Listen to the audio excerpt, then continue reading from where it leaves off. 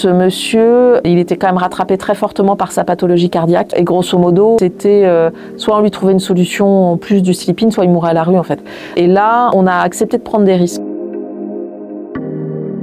Alors aujourd'hui, je suis vice-présidente exécutive en charge des solidarités au groupe, mais j'ai eu plusieurs vies, plusieurs casquettes. Au groupe, je suis arrivée il y a 21 ans comme assistante sociale et puis j'ai été chef de service de ce qu'on appelait à l'époque les dispositifs d'hébergement d'urgence. Donc l'hôtel du Marais, notamment le centre Fromentin qui existe toujours et qui fonctionne toujours. Et puis ensuite, je suis partie au slip-in parce que j'avais envie de travailler avec un autre public. J'ai passé petite année au slip-in qui a été très instructive, en tout cas moi qui m'a aussi pas mal fait grandir dans mes pratiques.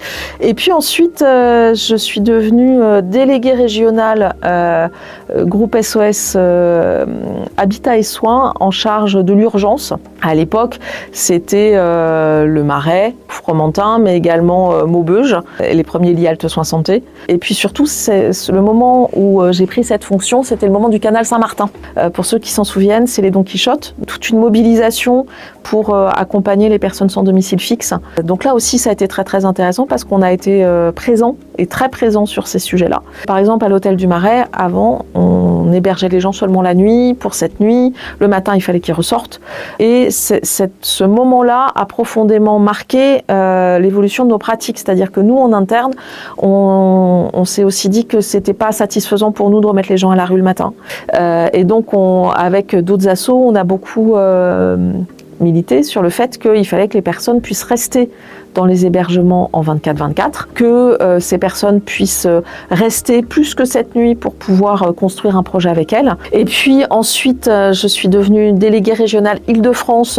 À l'époque, on appelait ça santé sociale. Et donc, au moment où les secteurs santé seniors ont émergé, se sont construits, se sont structurés, moi, j'ai plutôt travaillé sur les sujets de développement et de représentation du groupe en Île-de-France. Je continue à travailler en Île-de-France, mais on s'est dit que ce serait hyper intéressant de voir comment on pouvait développer la Normandie où on n'était quasiment pas implanté. Donc j'ai été déléguée régionale groupe Normandie pendant 2 ans. Et puis ensuite, on m'a proposé de faire évoluer cette fonction et de reprendre le secteur solidarité du groupe, en tout cas la représentation du secteur solidarité du groupe au sein du directoire. Et puis le titre de membre du directoire a évolué vers des fonctions de vice-président exécutive avec en plus une dimension plus transversale qui est extrêmement intéressante, puisque en plus d'être en charge des solidarités et du secteur solidarité, je suis aussi en charge de l'égalité de genre, et on voit bien comment ces sujets transversaux, c'est ce qui fait la richesse du groupe en fait.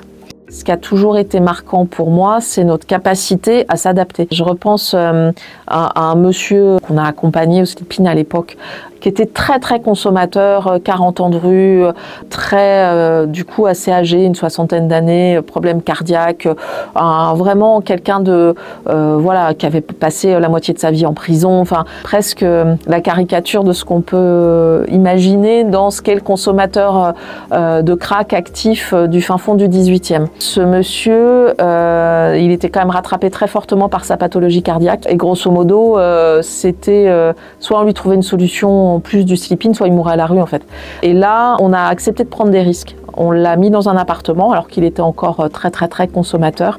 Ce monsieur, je pense que c'était la première fois de sa vie qu'il avait les clés d'un appartement. Et c'est aussi l'agilité des équipes du groupe et le fait de se dire allez, on tente. Peut-être que ça va être un grand n'importe quoi. Ça n'a pas du tout été le cas. En fait, ce monsieur, il a plutôt il était très attentif à son appartement et en fait, ça lui a permis de se soigner et de vivre en tout cas ces derniers mois dans son logement, dans de bonnes conditions. Et en fait, ça, on n'aurait pas pu le faire sans l'agilité des équipes et sans le fait de se dire bah ouais, en fait, c'est possible, on essaye. Le vivre ensemble dans le groupe SOS, en fait c'est au quotidien le vivre ensemble dans le groupe SOS. De plus en plus on se pose la question, de la mixité de nos structures. En fait, le vivre ensemble, c'est de considérer que d'abord, il n'y a pas obligatoirement de clivage entre nos publics. On peut, sur un même lieu, permettre que des rencontres soient possibles et qu'il se passe des choses hyper riches. Le vivre ensemble, c'est aussi le fait que les équipes des différents secteurs du groupe bossent ensemble. C'est le sujet de la transversalité. On est plus intelligent à plusieurs que tout seul, et c'est ce qui permet d'avoir d'autres idées et de pouvoir continuer à être innovant et agile. Donc le vivre ensemble au groupe, je pense que c'est à la fois dans nos établissements au quotidien, mais c'est aussi ce qu'on porte en termes de transversalité. Les équipes de solidarité, elles sont hyper mobilisées autour de ce qu'est le groupe, c'est-à-dire qu'elles vont aussi considérer qu'il n'y a rien d'impossible. En fait, le sujet du militantisme peut se poser. Il y a sur les premières affiches du groupe, on parlait de professionnels militants. Donc ça, il y a une quinzaine d'années, je trouve que c'est encore très très vrai. Chez les équipes de solidarité, et je les en remercie en fait, parce que sur un certain nombre de sujets, peut-être il faut continuer à être très très militant, même quand on est professionnel, voire surtout quand on est professionnel.